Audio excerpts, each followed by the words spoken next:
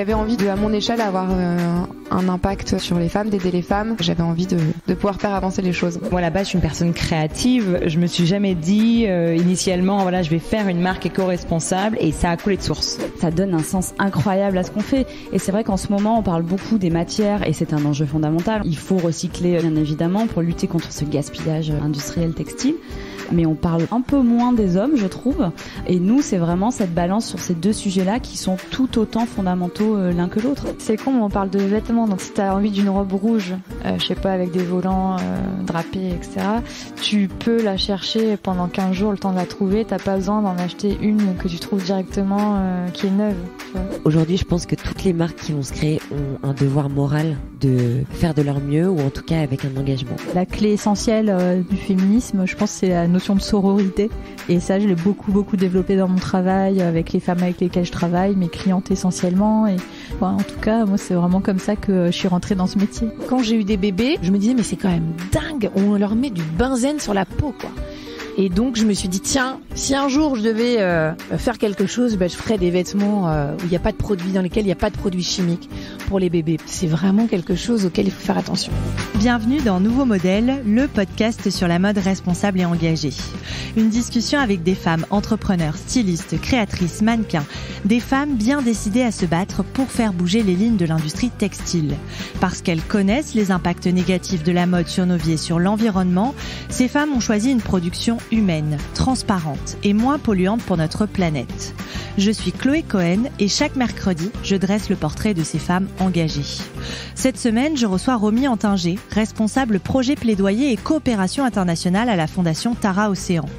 J'ai voulu interroger Romy pour comprendre pourquoi nos vêtements en polyester, en acrylique ou encore en élastane polluent les fleuves et les océans. C'est à cause de ce qu'on appelle les microplastiques. Elle nous explique ce que c'est précisément. Et ces microplastiques représenteraient entre 15% et près du tiers des 9,5 millions de tonnes de plastique déversées chaque année en mer. Alors avec Romy, on a parlé de cette pollution, mais aussi des solutions qui pourraient l'empêcher. Je me permets d'ajouter ici une solution. Il s'agit du Goopy Friend, un sac qui permet de retenir ces microplastiques pendant le lavage. On a aussi parlé de son parcours, de son engagement, de son amour pour les océans et de son travail à la Fondation Tara. D'ailleurs, si vous aussi vous souhaitez monter à bord de Tara, eh bien c'est possible. Les équipes vous donnent rendez-vous du 29 février au 13 avril 2020 sur les quais de Seine, rive gauche, pont Alexandre III à Paris. L'occasion de découvrir la goélette et les missions scientifiques de Tara. Mais avant, je vous invite à écouter cet épisode pour tout savoir sur le plastique et les microplastiques. Cet épisode n'est pas alarmiste, bien au contraire, Romy est optimiste et croit qu'il est encore possible de sauver notre planète et nos océans. Je vous souhaite une très bonne écoute. Bonjour Romy, merci beaucoup d'avoir accepté mon invitation pour venir témoigner sur le podcast. Alors je t'ai invitée parce que j'aimerais bien parler d'un sujet un peu particulier qui sont les microplastiques. Parce que ça revient souvent dans les discussions autour de l'industrie textile. Et déjà pour commencer, j'aimerais bien qu'on donne la définition, savoir ce que c'est, de quoi on parle, à quoi ça ressemble. Comme ça voilà, on visualisera bien et puis on va savoir de quoi on parle. D'accord. Bonjour et merci pour l'invitation. Donc un microplastique, qu'est-ce que c'est ? Donc c'est un petit bout de plastique qui fait moins de 5 mm. Alors pour se figurer, c'est de la taille d'un grain de riz. Donc il y a deux types de microplastiques qu'on retrouve dans les fleuves ou dans les océans. Il y a le microplastique primaire, ça veut dire un microplastique qui est microplastique à l'origine. Donc ça peut être une fibre textile justement, ça peut être une microbille dans dentifrice, ça peut être un bout de fibre de pneu. D'accord. Ensuite il y a le microplastique secondaire. Donc ça veut dire que c'est un microplastique qui est devenu microplastique sous l'effet quand il est en milieu aquatique de sel, vagues, soleil. Ok, d'accord. Donc comme ça, on voit, donc c'est vraiment tout minuscule, quoi. Voilà. Mais est-ce que c'est visible à l'œil nu ou comment on les voit, ces petits bouts? Alors 5 mm, moi j'ai du mal à me rendre compte de ce que ça fait. Mais... Alors, okay. Le microplastique donc, j'en ai devant moi. Dans l'eau, okay. voilà. Ouais. C'est comme une soupe de microplastiques quand ils sont agglomérés dans l'eau. Ouais. Et oui, on peut les voir parce que 5 mm, c'est visible. Nos scientifiques, quand ils sont à bord et qu'ils les trient à la pince épilée, les repèrent. En plus, il y a des couleurs, il y a du bleu, du vert, du rouge, aussi des fois qui sont très voyants. Donc effectivement, on peut les observer, même si en plein océan, là là, il est plus difficile à l'œil nu quand on est sur un bateau de les voir. Ouais, ok. Ou même quand on nage, j'imagine, c'est pas forcément des choses qu'on va tout de suite voir. Non. Ok. Et alors, j'ai lu aussi quelques chiffres sur le site internet de la Fondation Tara. Donc, vous dites que 95% du plastique des océans est composé de microplastiques. Donc, pour bien comprendre, quand on dit plastique des océans, on parle des bouteilles, enfin de tout. De quoi on parle exactement? Pour comprendre le plastique dans l'océan, il faut comprendre que ça vient 80% de la terre et 20% de la mer. Donc, il faut se dire que tout ce qu'on consomme, que ce soit les bouteilles, les sachets de chips, ce qu'on disait, les microplastiques, tout ce qui passe en station d'épuration, dans les égouts, aussi les décharges des fois qui relarguent des déchets plastiques. Donc c'est vraiment un problème majoritairement qui vient de la terre. Donc c'est pour ça que chez Tara, la Fondation Tara Océan, on dit que les solutions pour régler ce problème plastique, elles sont à terre et pas en mer. Le plastique qui vient de la mer, c'est seulement 20%. Donc ça peut être du relargage des cargos, c'est aussi et beaucoup les filets de pêche qui sont faits en polyamide. Et effectivement, ce plastique, il est majoritairement microplastique. C'est que là, pendant la mission Tara, mission microplastique Europe qu'on a fait pendant 6 mois de juin à novembre, on s'est aperçu que le plastique se fragmente très très vite en amont des fleuves, donc près des villes.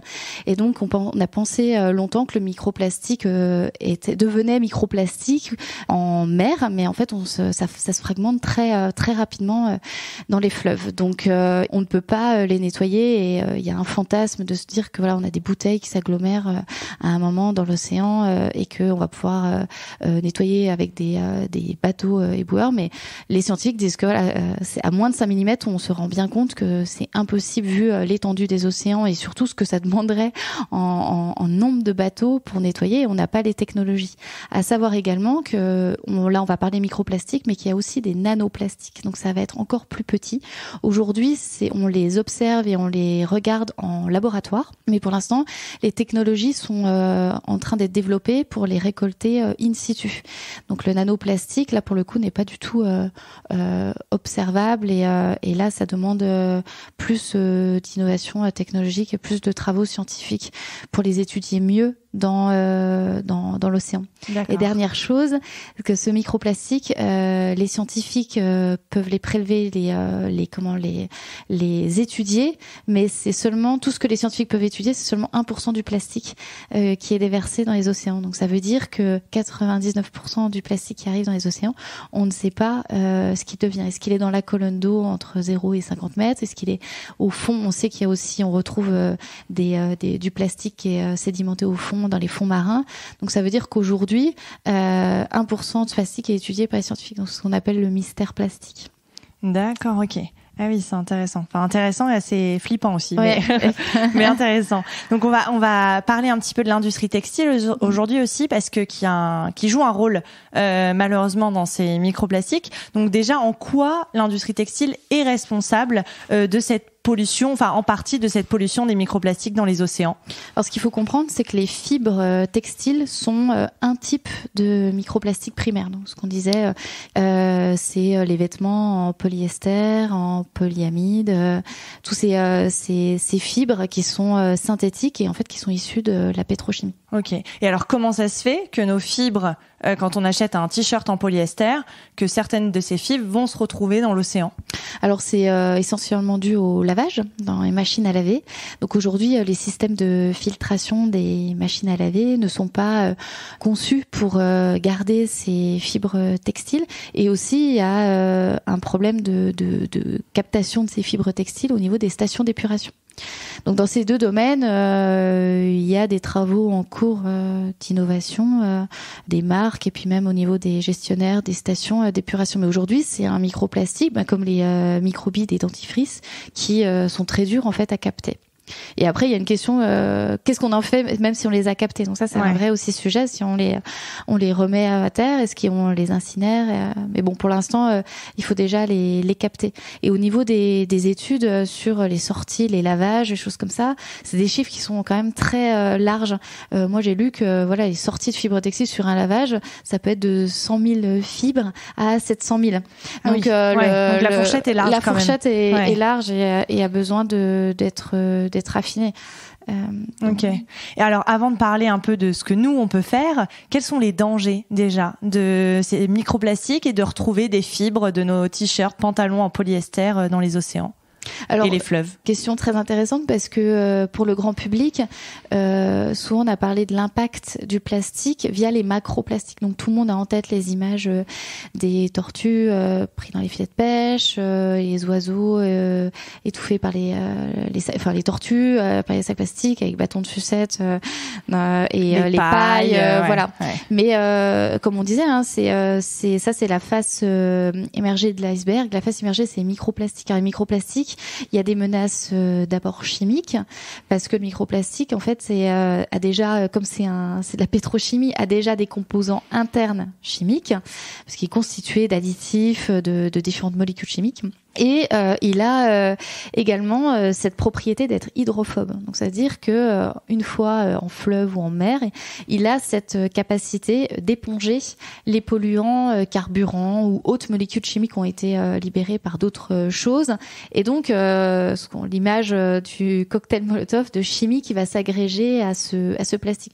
Donc en plus, quand ce plastique est ingéré, la question est de savoir est-ce qu'il y a la libération de ces molécules chimiques dans le corps d'un poisson par exemple. Et pendant la mission microplastique en Europe, l'une de nos scientifiques, pour étudier voilà cet impact des polluants, on a utilisé des moules qu'on a mis dans des nasses, dans des cages, un mois avant que le bateau vienne aux abords des villes.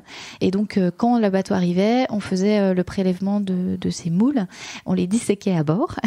Et donc là, c'est envoyé en laboratoire. Et donc, le but, c'est de savoir en fait la quantité de polluants, comment ça impacte des organismes. Alors pourquoi la moule? C'est parce que c'est un organisme filtreur et qui est un très bon dans le domaine scientifique, un très bon ce qu'on appelle un bioindicateur, parce qu'il filtre jusqu'à 30 litres d'eau par jour.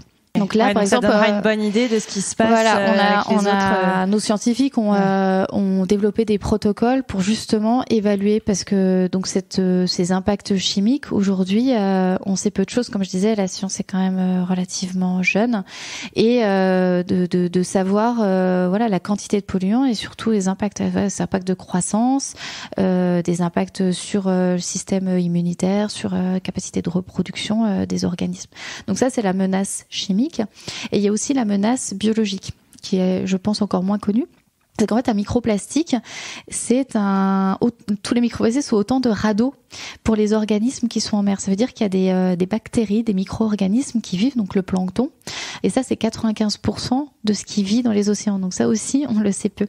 Et donc, aujourd'hui, nos scientifiques peuvent nous dire que dans la mer, il peut y avoir autant de plancton que de microplastiques. Et ce plancton et microplastique, donc dans l'échantillon que je te montre, il y a du plancton. Donc c'est voir qu'en fait c'est des tailles similaires. Et donc en fait, ces micro-organismes vivent avec le microplastique et c'est ce qu'on appelle la plastisphère. C'est qu'aujourd'hui, ces micro-organismes et ces microplastiques, ils sont indissociables. Donc ils vivent ensemble. Plus les scientifiques étudient cette plastisphère, plus ils découvrent des formes d'interaction.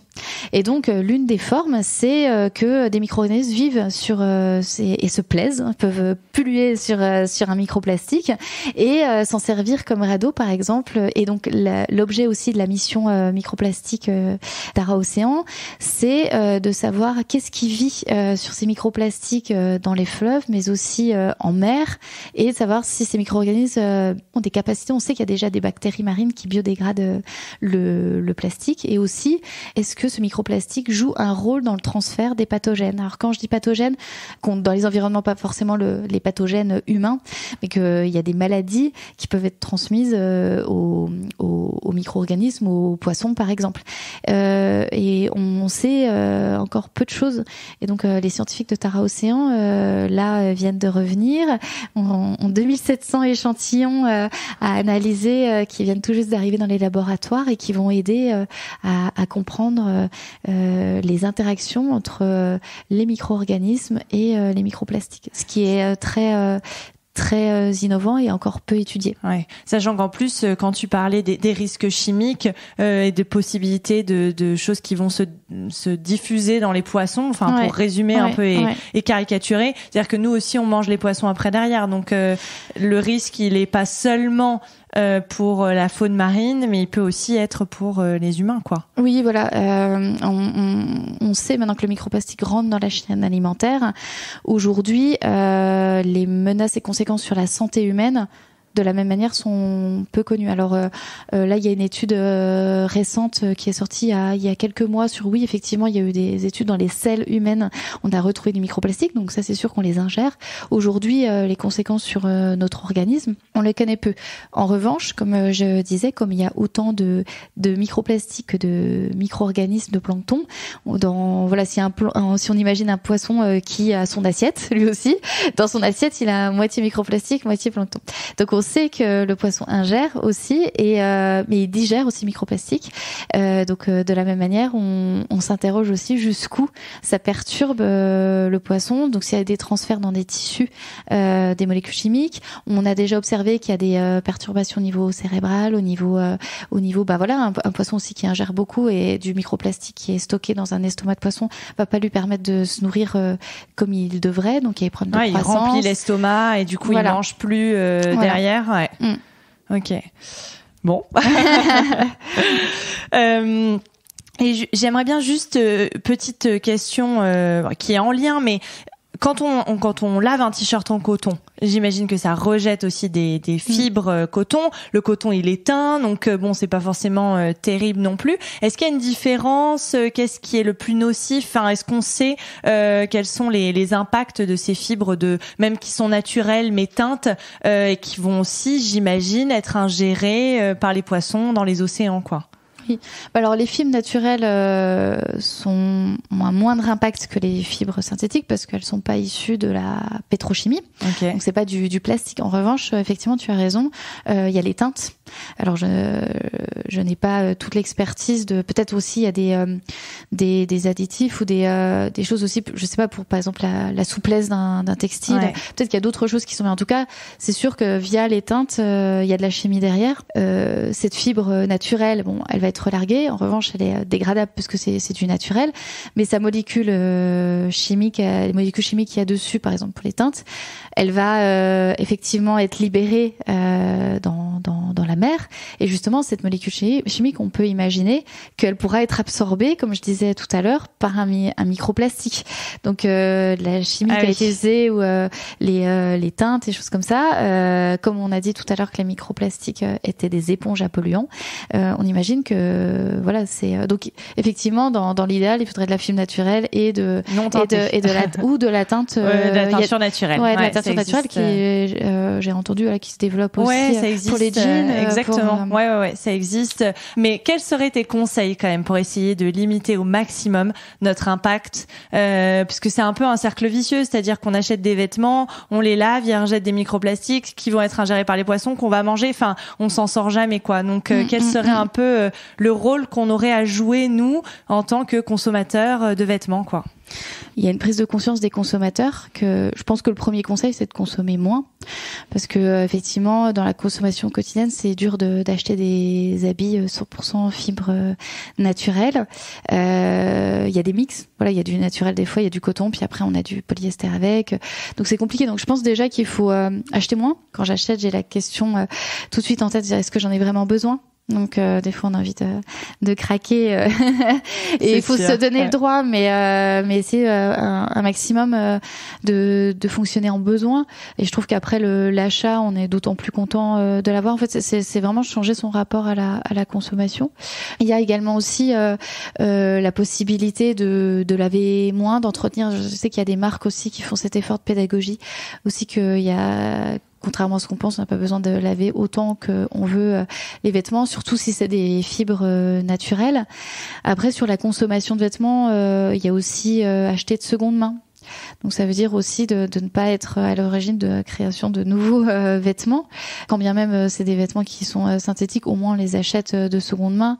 Donner ses vêtements aussi autour de soi, acheter des vêtements qui sont recyclés pour un maximum essayer d'éviter qu'on recrée du vêtement. Parce que voilà, j'ai le chiffre de 600 000 tonnes de vêtements consommés en France et il y a un tiers qui sont recyclés. Donc voilà, je pense qu'il faut faire attention à la composition, il faut essayer d'acheter de meilleure qualité. Donc ça va avec acheter moins mais meilleure qualité. Après voilà, c'est acheter une paire de chaussures à 150, 200 euros, ou acheter des vêtements qui coûtent à partir voilà, des pulls 150, 100, c'est pas donné à tout le monde. Donc faut pas être aussi donneur de leçons parce que c'est pas à la portée de tout le monde de pouvoir investir d'un coup dans des habits très chers. Donc c'est vrai effectivement le seconde main peut être une solution et il y a moins de honte à acheter du seconde main que avant en fait. Donc ouais. Et sur les étiquettes, quelles sont les matières qui sont les plus responsables de ces problèmes de microplastique? Alors évidemment le polyester, mais est-ce qu'il y a d'autres fibres qui participent aussi à cette pollution? Oui, c'est le polyester, l'acrylique principalement, polyéthylène. Après voilà le polyamide. C'est vrai que là on était de retour à Lorient ce week-end pour le retour de la mission et l'un des scientifiques voilà sur ce qu'on retrouve le plus, ce qui est constaté par les scientifiques Tara Océan, c'est que principalement, le plastique qu'on retrouve dans l'essence, c'est du polyéthylène, c'est lié aux emballages, et aussi du polyamide. Donc ça, c'est plutôt filet de pêche, le textile, et après polyester expansé, donc lié aussi aux activités de la manutention, de secteur pêche. Donc ça, c'est les trois principaux. Okay. Et je pense aussi, ce qui est intéressant de mentionner et qu'on parle moins, c'est que l'impact plastique de l'industrie textile, c'est les fibres, c'est la matière, mais il y a aussi le packaging. Et c'est vrai que c'est une industrie qui utilise beaucoup de packaging. Et effectivement, ce on parle beaucoup à Fondation Tara Océan, c'est qu'il y a un vrai sujet sur les emballages. Donc nous, on suit avec d'autres ONG et aux côtés des entreprises qui veulent travailler et changer les choses sur la réduction des emballages plastiques. Qu'est-ce qui est inutile?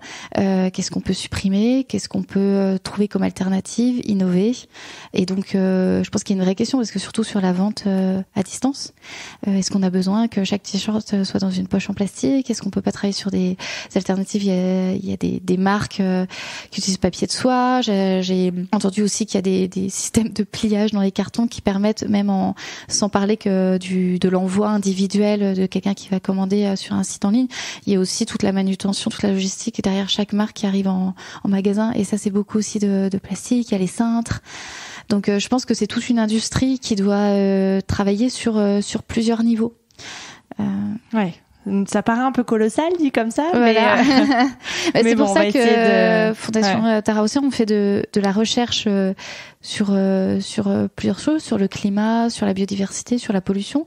Sur la pollution, voilà, le besoin, c'est aussi qu'à travers la science de Tara Océan, on puisse faire de la recherche appliquée et qu'il y ait un passage de la science à l'action, aux côtés et en collaboration avec le secteur privé, avec les décideurs politiques, pour véritablement réduire à la source la consommation de ce plastique, pour que on évite que ce plastique se retrouve dans les océans. Et aujourd'hui, effectivement, il y a un constat qui est fait, qu'on connaît. En revanche, les impacts, comme je disais, ils sont encore mal connus. Et plus on étudiera, et c'est ce que les scientifiques Tara Océan feront dans les prochains mois, et on fait depuis 2014 aussi, c'est de vraiment remonter à l'usage de l'histoire du plastique qu'ils auront retrouvé dans les échantillons, pour travailler vraiment avec des secteurs et pour vraiment investir là où il faut, pour aller vers des productions plus vertueuses. Ouais. Et donc tu dis, vous êtes aussi en contact avec donc le secteur privé, les entreprises. Est-ce que ces entreprises, notamment de l'industrie textile, sont réceptives à tous ces problèmes-là? Comment ils réagissent quand vous leur parler? Enfin, je sais pas comment ça se passe. Est-ce qu'il y a des discussions, ce genre de choses? Est-ce qu'ils ont conscience? Est-ce qu'ils ont envie de changer? Est-ce que c'est vrai qu'on a tendance à faire porter beaucoup de choses sur le consommateur en disant bon bah voilà, lisez les étiquettes, évitez tout ça. Évidemment qu'on a notre rôle à jouer, mais effectivement, moins on nous proposera de polyester, moins on en achètera aussi. Donc, je sais pas quelles sont les réactions un petit peu de l'industrie, s'il y en a. Oui, effectivement, les efforts doivent venir des deux côtés. Le consommateur, via ce qu'il achète, ce qu'il refuse en achat, il a un vrai pouvoir. Il peut orienter le secteur parce qu'une entreprise, c'est ses parts de marché. Notamment sur ce textile, il y a quand même beaucoup de marques qui sont en train d'émerger. Le secteur est en train de changer. Donc, de toute manière, si les marques, les grandes anciennes veulent garder leur part de marché, elles sont à un tournant aujourd'hui. Donc, soit elles changent, soit et puis il y a aussi au-delà il y a vraiment un changement de philosophie en interne. Nous, c'est vrai qu'on est sollicité aussi pour intervenir au sein des entreprises, discuter avec les salariés. Ils ont besoin d'avoir des faits scientifiques. De la même manière que les décideurs politiques, de la même manière que les gens aussi en ont besoin pour vraiment passer à l'action et pour changer leur mode de production, leur manière de faire. Ils ont besoin qu'on leur explique. Donc ils sont demandeurs. Donc il y a un vraie volonté de changer. Donc l'idée de diaboliser le secteur privé, en fait il y a énormément de choses qui sont en marche dans le secteur privé. Ouais. Donc vous constatez que ça va plutôt dans le bon sens oui. Sur ces questions de plastique et de pollution, notamment de l'industrie textile, quoi. Oui, et puis de toute manière, Fondation Tara Océan, on part du principe que cette pollution plastique, on n'y arrivera pas si on n'agit pas ensemble. Donc que ça soit consommateurs, secteur privé, décideurs politiques, qui ont aussi leur rôle à jouer sur qu'est-ce qui demain sera interdit sur la mise au marché. Après, on a aussi en France, dans les prochaines années, l'obligation d'appliquer les directives européennes, directives plastique à usage unique. Il va y avoir des interdictions de mise sur le marché qui vont arriver en 2021. Des obligations de recyclage aussi, des chiffres à atteindre. Donc là aussi, il faut aider les décideurs politiques de la même manière que les entreprises, de dire bon, voilà, nous en tant que scientifiques, le constat, les impacts, il va falloir travailler en priorité sur ça parce que là, il y a urgence. De ce qu'on peut nous constater depuis 2010 et aujourd'hui, c'est que là, au retour de la mission Microplastique Europe, les scientifiques ont fait 9 fleuves et ont retrouvé dans les 9 fleuves des microplastiques. Donc là, on sait aussi qu'il y a une dans tous les fleuves, il y avait des microplastiques. On a une omniprésence des plastiques. Donc, on dit souvent que la pollution microplastique dans le monde, elle se fait par 10 principaux fleuves qui sont 2 en Afrique et 8 en Asie. Là, la mission est aussi un constat que notre fuite de plastique, elle est importante aussi en Europe et que on a aussi une grosse part de responsabilité à notre échelle européenne. Ouais. Donc voilà, il faut que l'ensemble des acteurs travaillent ensemble. Si les politiques mettent en place des choses, il faut aussi accompagner le secteur privé pour qu'il s'adapte. De la même manière, il faut continuer à sensibiliser les consommateurs pour qu'ils fassent pression sur les entreprises privées. Donc il faut créer un cercle vertueux entre à tous ces échelons-là, mais on peut pas donner une seule et même responsabilité à un type d'acteur. Je pense qu'on a sur le plastique, c'était une formidable avancée technologique il y a 50 ans pour le médical, pour l'informatique, pour l'automobile, mais c'est juste que on a perdu conscience de l'usage qu'on en a fait. De la même manière, le textile, quand on écoute nos parents, nos grands-parents, ils se souviennent de la robe qu'on leur avait achetée tel jour. Il y avait peu de polyester finalement il y a encore quelques années. Oui, puis on réparait et puis on passait les habits des frères, des sœurs, dans la famille. De génération en génération. Et on a perdu, je pense, on a perdu le lien à ce qu'on consomme. Donc il y a aussi des choses à revoir en tant que consommateur. consommateur, mais je suis d'accord que il faut pas que la responsabilité, parce que si le consommateur il a envie de changer, mais il faut qu'il ait une offre aussi sur le marché, parce que des fois on a envie de faire bien et parfois on a l'impression d'être schizophrène parce que on peut être cohérent sur des choses et pas sur d'autres, parce que c'est dur d'être 100% cohérent quand on achète des choses dans les magasins. Ouais. Mais après, je me demandais aussi, tu dis c'est assez récent effectivement. En même temps, ça fait déjà 9 ans. La sonnette d'alarme, on la tire depuis quelques années. Ça traîne un peu quand même, non ? Sur les politiques, les actions à mener. Parce que vous, scientifiques, ça fait quand même quelque temps qu'on vous entend tirer la sonnette d'alarme en disant attention. Là, c'est de pire en pire. On dit même qu'en 2050, il y aura plus de plastique dans les océans que de poissons. 2050, c'est demain, quoi. Donc, je sais pas quel regard vous portez sur ça. Est-ce que parfois il y a un peu de frustration en se disant ça fait quand même quelques temps qu'on vous dit qu'il faut y aller, ou vous essayez quand même de rester positif et de vous dire que ça avance quand même, quoi. Bon, à Fondation Terra Océan, on est positif. Ouais. C'est bien, il faut. Il faut parce que il faut alarmer. Mais en même temps, il faut être positif. Dans le rôle de plaidoyer qu'on joue, parce qu'on est un bateau scientifique, on fait des expéditions, on fait de la recherche, mais on a des missions très importantes de sensibilisation, d'éducation et de plaidoyer auprès des politiques. Effectivement, le plaidoyer, moi j'ai toujours cette image où on plante des graines dans la tête des gens et il faut revenir, ce travail de lobbying, arroser la graine régulièrement pour que les idées poussent aussi dans la tête du secteur privé, politique, des consommateurs, pour qu'il y ait un véritable passage à l'action. Mais c'est vrai que au niveau politique, il y a des forces en présence avec des lobbying aussi des différents secteurs.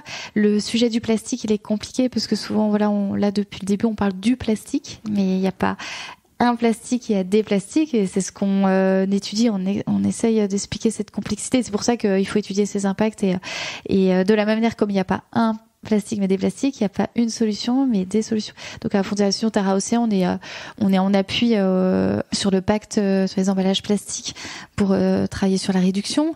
On s'est également positionné pour la consigne pour recyclage, que effectivement par exemple aussi on est très mauvais élève à l'Union européenne, dans l'Union européenne pour ce qui est du recyclage des plastiques. Aujourd'hui, il y a moins de 50% des bouteilles plastiques qui sont recyclées. L'Union européenne nous a fixé un objectif de 90% d'ici 2029. Donc, pour nous, la consigne plastique, donc c'est sur des modèles déjà qui y a ailleurs dans le monde, aux États-Unis, en Allemagne, en Scandinave, qui eux, grâce à cette consigne-là, ont atteint des niveaux de 90-95%. Parce qu'aujourd'hui, sur certains types de plastiques, il y a des plastiques qui sont faciles à recycler et qui ont de la valeur. Donc, par exemple, pour les budgets de plastiques, c'est le plastique, le PET. Et donc là, il y a déjà une filière qui est en place derrière et qui peut traiter ce déchet. Parce qu'aujourd'hui, il y a du bottle to bottle, vraiment une bouteille qui est recyclée en une même bouteille, ça représente que 10% des plastiques qu'on recycle. Donc effectivement, une fois de plus, sur l'urgence, je dégraisse un peu sur la bouteille plastique, mais je trouve que c'est quand même un bon exemple. C'est qu'il faut rappeler aux politiques dans le débat que chaque année, on a 130 millions de bouteilles plastiques qui finissent en décharge et qui sont incinérées ou qui sont en fuite dans la nature. Donc effectivement, je peux comprendre que grand public sur l'urgence, mais effectivement le travail avec les politiques, il est long.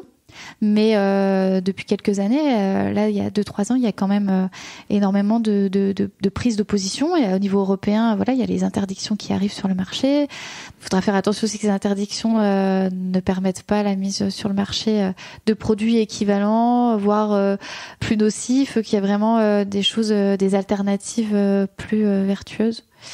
Mais de la même manière, le secteur privé qui avance également. Donc, on est positif. Très bien.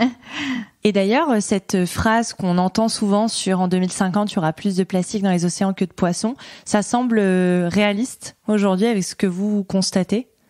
Alors oui, donc ça c'est un chiffre de la Fondation Ellen MacArthur, c'est ça? Exactement. Ouais. Nous là, ce que je disais, c'est qu'on constate déjà que sur les micro-organismes, pas les poissons, mais vraiment les micro-organismes, il y en a déjà autant que de microplastiques. Et comme je disais, sur l'assiette d'un poisson, on a moitié-moitié.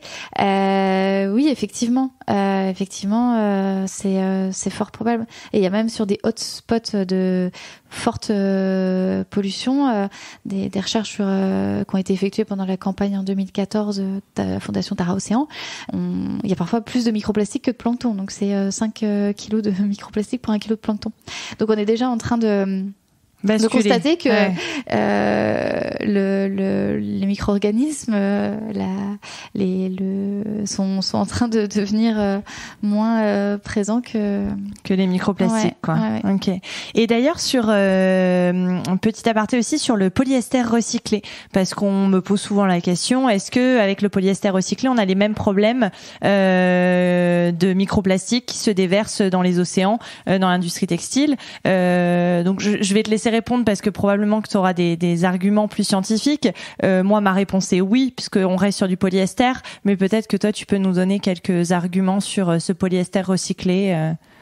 Effectivement, comme j'expliquais de la même manière pour la bouteille, l'objectif, c'est d'arriver à une économie plus circulaire où le recyclage, le réemploi a plus de place.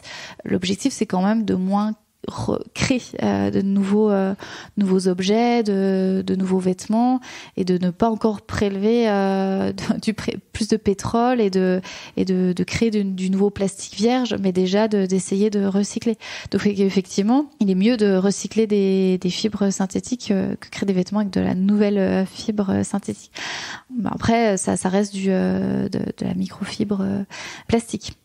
Donc après, il y a aussi il y a des entreprises qui commencent à utiliser les filets de pêche récupérés en mer pour créer des moquettes, pour créer des habits. Il y a aussi des marques qui font des vêtements avec des bouteilles plastiques. Donc il y a différentes possibilités d'essayer de recycler le plastique. Ok. Après, je pense que c'est moins pire. C'est moins pire, mais il y a toujours ce problème de les fibres naturelles ou de demain aussi travailler sur des plastiques biosourcés et biodégradables, parce qu'aujourd'hui les plastiques biodégradables dans les 3 milieux, terre et mer, il y a peu de plastiques qui sont véritablement biodégradables dans l'océan. Travailler sur de la biodégradabilité qui est vraiment pas impactante. Et également sur les solutions dont tu parlais, je pense que c'est important aussi qu'on travaille sur l'éco-conception. Et ça, c'est l'éco-conception, c'est vraiment de penser la fin de vie d'un produit dès sa conception.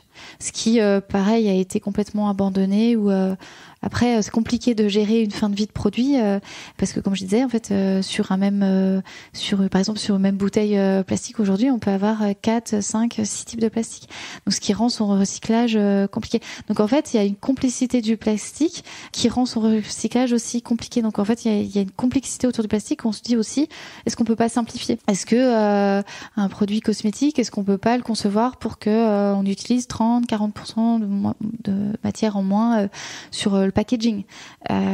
Donc il y a vraiment à travailler sur il faut, pour que ce produit soit le mieux recyclé, peut-être simplifier ses composants, soit peut-être employer des plastiques vraiment biodégradables.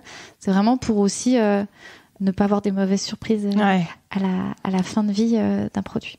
Et alors là, je m'éloigne un peu de l'industrie textile, mais les sachets en soi-disant plastique issus du maïs qu'on peut trouver dans les supermarchés, on nous dit c'est biodégradable, mais le mettez quand même pas dans la terre parce que ça va pas se dissoudre comme ça. Enfin, c'est quoi exactement ces sachets plastiques issus du maïs?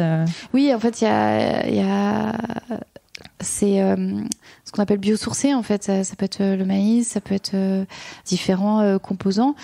Après, la compostabilité, en fait, c'est dans des composteurs industriels. Donc, il y a aussi une confusion ces dernières années sur qu'est-ce qui est biodégradable, recyclable, compostables. Donc dans le cadre là de la loi d'économie circulaire qui est en train d'être étudiée à l'Assemblée, nous on travaille sur proposition d'amendements qui permettent sur le marché de mieux définir qu'est-ce qui est recyclable, compostable, biodégradable pour le consommateur et pour qu'il n'y ait pas de mauvaise utilisation du terme et que vraiment on définisse qu'est-ce que chaque terme veut dire. Ouais, ok. Et d'ailleurs sur les vêtements, est-ce que les microplastiques donc de ces fibres, enfin de vêtements en polyester, il y a que le lavage qui fait qu'elles se détachent, enfin le lavage en machine, est-ce que le lavage à la main aussi peut être responsable de ça? Est-ce que le fait que certains vêtements sont dans des déchetteries à l'air libre peut contribuer aussi à ce que les fibres se retrouvent ensuite dans les nappes phréatiques, les fleuves, les océans? Est-ce qu'il y a savoir s'il y a que le lavage qui est responsable de ça ou il y a d'autres sources de... Je pense que la source principale, c'est de cette fuite de microfibres textiles, c'est le lavage. Après, la possibilité, c'est que aussi j'ai vu qu'il y avait des boules qu'on pouvait mettre dans le tambour ou des filets aussi. Mais de la même manière, c'est une fois qu'elles sont récupérées, ces fibres, qu'est-ce qu'on en fait? On les brûle, on les met dans la poubelle. Et si on les met dans la poubelle, il y a de fortes chances que la poubelle soit peut se retrouver dans une décharge, donc à l'air libre. Comme tu disais, il y a la fuite dans les nappes phréatiques. Et puis voilà, c'est un plastique qui est très aérien. Les scientifiques constatent aussi que le microplastique, on le retrouve dans les airs. Donc effectivement, il peut fuiter de différentes manières. Pendant notre expédition de 2016 à 2018 Tara Pacifique, dans des endroits, on a été quand même dans des endroits très reculés pour étudier le corail. Sur des îles, on a retrouvé du déchet, du macro-déchet. Donc en fait, il faut pas croire que le microplastique ou le macroplastique, c'est toujours proche des foyers humains. C'est-à-dire qu'après, il y a une dispersion. Si on en retrouve en Arctique, en Antarctique, dans les montagnes, dans les airs, c'est qu'une fois fuité, c'est un phénomène qui est global. C'est pour ça que une fois que c'est une fuite dans la nature, c'est incontrôlable. Et les impacts sont incontrôlables également. Donc c'est pour ça qu'il faut maîtriser vraiment à la source le problème. Ouais. On donne toujours cette image en plus avec le travail sur les fleuves qu'on a fait. Aucun bateau scientifique n'a fait une couverture aussi importante de tous les fleuves européens. On en a fait 9. Donc on a l'image quand même que il y a une hémorragie de la terre à la mer et que aujourd'hui il faut travailler sur des solutions à terre pour soit comme on dit arrêter l'hémorragie ou couper le robinet. Ouais. Et j'aimerais bien parler de toi aussi pour comprendre ce qui t'a poussé à t'engager et à rejoindre Tara Océan. Donc peut-être que tu peux nous expliquer comment t'es arrivée à rejoindre c'est une fondation, c'est ça? Oui. Ouais. Alors, donc comprendre comment tu as rejoint cette fondation, pourquoi celle-ci, pourquoi les océans, la pollution des océans t'a attiré, voilà, qu'est-ce qui Alors, Tara, il faut déjà savoir que c'est la première fondation d'utilité publique en France qui est consacrée à l'océan. Donc, on existe depuis 2003. Tara, c'est une goélette. Donc un bateau de recherche scientifique qui est dédié depuis 2003 à des expéditions scientifiques autour de différents thèmes. Donc on a fait expéditions en Arctique sur le climat, on a fait dans le Pacifique sur le corail, on a fait sur le plancton et aussi sur la pollution microplastique. Donc vraiment on a 3 grands thèmes de recherche, c'est le climat, la biodiversité et la pollution. Donc c'est des thèmes aussi qui sont liés les uns aux autres. Et sur ce bateau scientifique, on a à chaque fois les meilleurs laboratoires au monde. Donc le bateau est français, les marins sont français, mais la recherche qui est effectuée à bord est internationale. Et donc notre rôle, c'est vraiment à travers ces expéditions, à travers ces recherches, c'est de décrire les écosystèmes océaniques, comprendre comment aujourd'hui ils sont impactés par le changement climatique, par les pressions humaines, et comment cet océan nous impacte, combien il nous est nécessaire pour nous, êtres humains. Ça, c'est plutôt clair. Et donc, et toi, qu'est-ce qui t'a amené à t'engager auprès de Tara Océan ? Alors moi, je suis de formation sciences politiques, donc j'avais déjà un parcours de coopération internationale, donc politique de développement. Donc j'ai commencé sur des projets de coopération et développement à la fois sociétaux et environnementaux. Mais par rapport à mon histoire, j'avais vraiment envie de me consacrer à l'environnement et voilà, j'étais nourrie à Cousteau et je rêvais de me rapprocher du milieu marin qui pour moi avait besoin d'un véritablement coup de lumière et d'éclairage. J'avais vraiment envie de travailler sur ce milieu environnemental et effectivement la fondation Tara, j'y suis arrivée pour travailler sur ce projet de coopération et développement dont je vous parlais, et de cette idée de mettre tout le monde autour de la table, des négociations, m'attirait beaucoup, et également cet aspect unique de la fondation d'être une aventure humaine, une aventure professionnelle. En fait, Tara, c'est pas un job, quoi, c'est une aventure professionnelle parce que il y a ce bateau, il y a les marins, mais il y a aussi des artistes qui viennent à bord. On accueille des politiques. Là récemment, pendant l'escale de la mission microplastique, j'étais à Tunis. J'ai eu l'occasion de coordonner 2 escales à Hambourg et à Tunis. Et sur 2 jours, il y a cette aura du bateau qui nous permet en fait de faire venir un public extrêmement différent. Peut-être une vingtaine de médias et après un ambassadeur et ensuite un ministre de l'environnement local, après des écoles et pour avoir fait du plaidoyer, du lobbying dans d'autres cadres, on a un accès aux gens qui est exceptionnel. Parce que y a le bateau, mais sur ce bateau il y a des gens passionnés. Les scientifiques viennent sur ce projet parce que bien sûr on leur met à disposition un bateau qui va pouvoir les emmener où ils ont envie d'aller pour étudier, mais ils viennent aussi pour pendant les escales parler aux gens, expliquer leur travail. De la même manière, les marins font la même chose. En fait, on sort tous de nos cadres, ce à quoi on a été formés pour aller en fait au-delà. Enfin, ça gonfle les batteries en fait de voir les gens émerveillés par le bateau, de voir que les gens ils croient vraiment en ce qu'on fait, à l'importance de ce qu'on fait. Et voilà, on a des corps de métier avec des gens passionnés. Donc du moment où on travaille avec des gens passionnés, on aime son métier. Oui, c'est sûr. Et toi, pourquoi l'océan? Ça vient de ton éducation? Ça vient à ce point-là? Moi je suis franc-comtoise à la base, donc je suis plutôt côté montagne. Non, c'est parce que j'ai toujours été passionnée par les sujets. Je sais pas, quand je disais, il y a le côté Cousteau quand je suis Tara, je me dis il y a quand même le rêve de petite fille qui est devenu réalité, d'être sur un navire scientifique. Bon, ça c'est un navire scientifique du 21e siècle, mais qui a quand même un peu l'aura du bateau Costa dont on se souvient. Ouais. Mais après voilà, avec une modernité qui est la nôtre, et puis il y a le côté aussi aventure, étranger, moi qui me permet de voyager, d'être vraiment en contact avec les gens sur place, de les écouter, d'apprendre sur les contextes. Donc il y a l'aspect aussi voyage, de rayonnement international, de travailler avec des cultures très différentes sur le projet de coopération et développement. Voilà, je travaille avec un Sénégalais, un Togolais, deux Brésiliens, 2 Chiliens, d'Argentins. Et moi, c'est la multiculturalité du projet qui me plaît. Et de toute manière, la science, elle est multiculturelle. Donc ouais, je comprends. Et donc il y a eu 11 expéditions, hein, c'est ça, avec le bateau, oui. Si je dis pas de bêtises. Tu as participé à certaines expéditions? Tu as été sur le bateau naviguer aussi pendant plusieurs jours ou Oui, alors ouais. J'ai fait l'escale de Taïwan pendant Tara Pacifique. Ok. Donc là sur l'escale, hein, et ensuite j'ai coordonné l'escale d'Hambourg pendant la mission microplastique 2019, et j'ai fait la navigation Hambourg-Oslo. Je m'en suis sortie.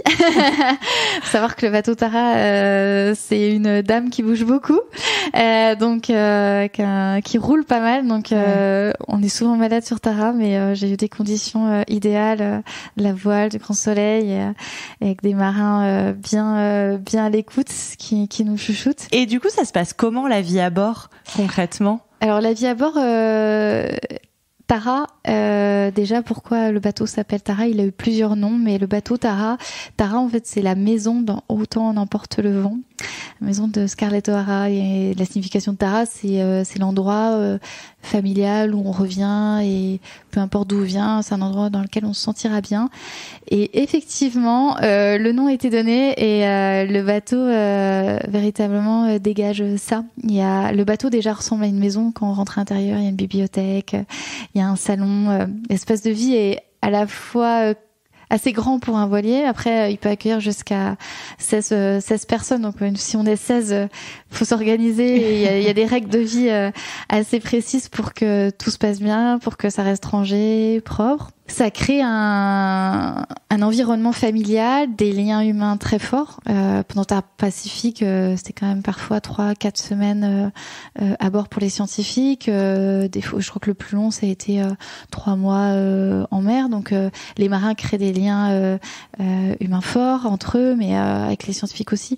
Donc après, une fois qu'on est passé sur Tara, on y reste attaché et même les gens restent disponibles pour la suite. Et voilà, ce que je disais, c'est vraiment l'impression d'avoir vécu quelque chose d'unique, de fort, d'avoir eu la chance d'avoir navigué sur ce bateau qui est emblématique et de rester attaché. Et moi, à chaque fois que je retrouve le bateau dans le monde, où je le vois de loin, parce que c'est un bateau qu'on repère avec ses 2 grands mâts à bout orange.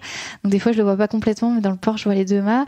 Et j'ai toujours un petit sursaut au cœur quand je le vois, parce que j'ai l'impression de le retrouver. Et toute l'année, on travaille sur lui, donc on n'est pas toujours sur ce bateau, malheureusement. On est aussi devant l'ordinateur sur les bureaux à Paris.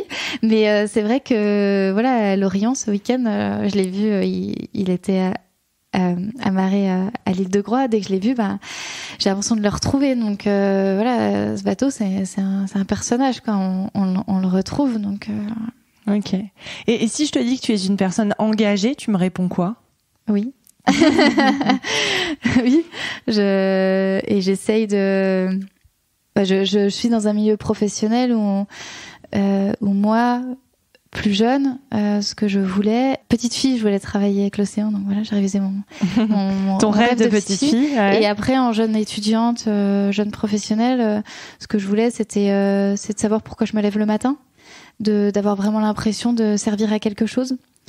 Et pour moi, là-dessus, j'ai réussi. De savoir pourquoi on va au bureau le matin, ce qui n'est pas le cas de tout le monde. Donc là-dessus, je suis chanceuse et j'avais envie de travailler avec des gens passionnés. Là-dessus, je pense que j'ai réalisé 2 objectifs professionnels et c'est en accord. Et j'ai beaucoup aussi évolué tu parlais de toi aussi, au jour le jour, t'essayes de faire mieux les choses. C'est ça. Je suis loin d'être irréprochable et cohérente sur tout. En tout cas, j'essaye de faire mieux maintenant par rapport aux connaissances scientifiques. Essayer de passer le message aussi autour de moi sans être moralisatrice. Ça, c'est important, en prenant conscience aussi que on n'a pas tous... vient pas des mêmes milieux, on vient pas on n'a pas tous les mêmes sensibilités, donc mais un maximum essayer d'aller dans le bon sens. Et voilà, de pas être pessimiste, alarmiste, parce que je pense pas que avoir peur et être pessimiste pousse à l'action. Donc en tout cas pas toujours. Ouais. Donc je préfère ça. Le côté positif. Ouais. Ok. Et dans ton quotidien, au niveau du plastique, par exemple, comment tu le vis, comment tu l'appréhendes, parce que c'est vrai que t'as beaucoup de connaissances, donc j'imagine que t'as pas le même regard que quelqu'un qui va passer devant un emballage plastique. Toi, comment ça se passe quand tu es obligé d'acheter peut-être du plastique, ou comment tu le vis? Je le vis mal quand je dois acheter parce que je sais que c'est pas recyclé, je sais où ça peut finir, je sais. Donc effectivement, ça prend beaucoup de place dans ma réflexion, le plastique, mais après il y a d'autres sujets sur le plastique aussi. Mais effectivement, le plastique, le sujet d'étude, le plastique Tara-Océan, c'est ce qui renvoie le plus à notre quotidien, en fait, notre consommation. Donc moi j'ai beaucoup réduit. Je pense que ça a commencé par la salle de bain. Que ce soit de la brosse à dents, des cotons lavables, plus de gel douche, d'acheter des savons solides, des shampoings solides, des cotons-tiges. Enfin, je trouve que la salle de bain, c'est un bon point de départ parce qu'on commence pas mal. Après, un maximum le vrac, un maximum d'avoir des tote bags. Après, c'est des choses qui se font beaucoup dans le refus, d'essayer de penser parce que les pailles maintenant c'est en train de changer, mais d'essayer de penser à refuser. Après, moi, je fais pas beaucoup de choses à emporter. Je fais très peu de fast-food, donc. Puis des fois, voilà, quand j'ai envie de quelque chose dans un supermarché, mais je vois qu'il y a un surpackaging, j'essaye de dire déjà les fruits, les raisins qui est dans une coque en plastique, les fruits découpés dans des choses en plastique. Après, il y a aussi tout ce qui est barquette polystyrène, par exemple pour les fromages. Dans le plastique, ça devient vite la galère quand même en supermarché, j'avoue. Mais des fois, j'essaye des vêtements aussi quand je vois que c'est du 100% fibre synthétique. J'essaye, je me dis non. J'essaye un maximum, mais ça reste quand même encore très dur. Donc je fais au mieux. Tout ce qui est aussi jouets en plastique, si j'essaie plus des jouets en bois. Après, plus d'acheter seconde main.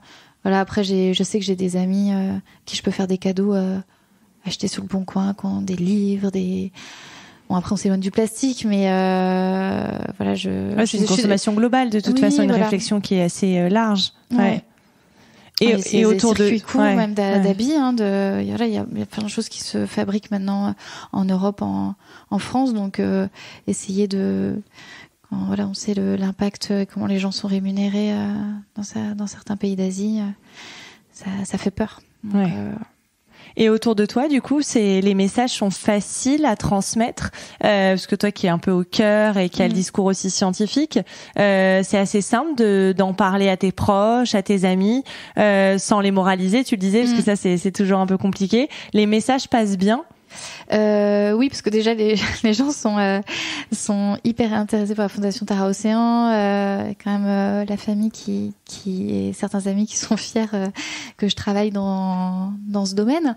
Sur le plastique, oui, je pense que, et c'est pour ça que j'aime bien l'idée que nous on diffuse notre connaissance et on sait que si le temps aussi d'une escale d'avoir 30-40 minutes avec les gens et les enfants aussi qui recadrent après leurs parents, c'est marrant, mais moi je sais que j'ai parlé à une personne qui a parlé à une personne qui a parlé, donc il peut en fait je suis sûre qu'il y a eu un peu des messages en cascade suite à certaines discussions, et c'est vrai que c'est assez ça fait plaisir quand on voit des amis qui reviennent et qui se disent Rami, on a changé là-dessus.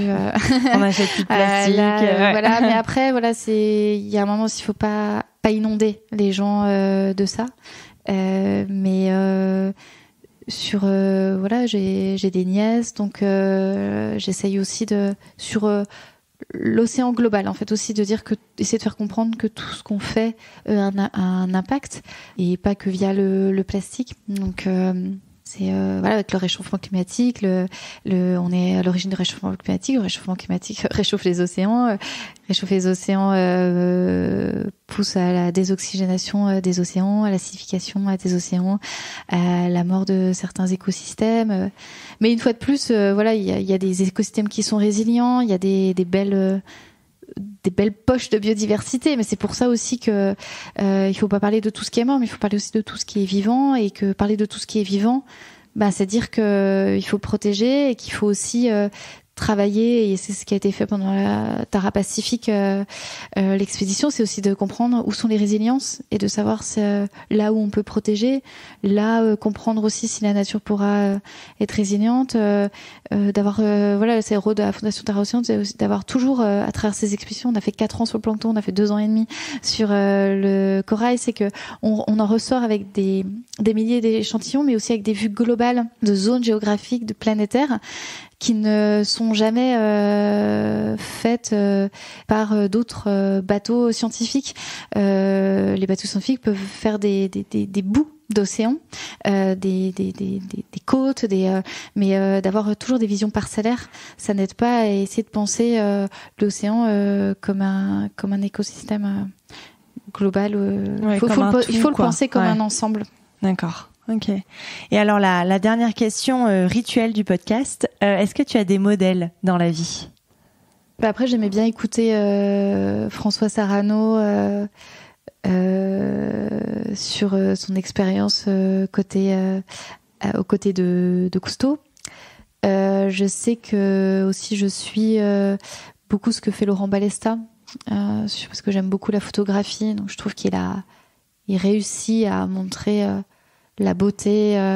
Et il y a aussi le côté aventure, côté aussi développement de technologie pour montrer la beauté, l'émerveillement. Il travaillait avec Nicolas Hulot. Moi, j'aime bien aussi ce que faisait Nicolas Hulot. Moi, quand j'étais petite, je regardais ces formats, et c'est vrai que de montrer la beauté de la planète pour inspirer les gens à la protéger, moi, je crois en ça. Et parfois, je trouve que le côté alarmiste, collapsologie, extinction de l'espèce, parfois je me retrouve moins dans ces discours, même s'ils ont leur place et il faut, mais je trouvais que l'aspect émerveillement, j'aime aussi le personnage d'un photographe qui est passé à bord de Tara, Sebastião Salgado, photographe brésilien qui était photographe de guerre et qui ensuite s'est porté sur des photos sur la nature. Il fait photos sur Galapagos, magnifique. Voilà, après ça c'est sur les figures environnementales. Ouais, c'est déjà pas mal. Et écoute, merci beaucoup d'avoir répondu à toutes mes questions. Merci. Merci à Romy d'avoir participé à cet épisode de Nouveaux Modèles, et merci à Thomas Langlin, notre ingénieur du son. Si vous aimez l'émission, dites-le moi avec des mots doux et des étoiles sur vos applications préférées, et parlez-en autour de vous, c'est ce qui m'aide le plus à faire connaître le podcast. Pour ne louper aucun épisode, rejoignez-nous sur Facebook, Twitter et Instagram @nouveaumodèle.podcast. Je vous dis à très bientôt pour rencontrer un nouveau modèle.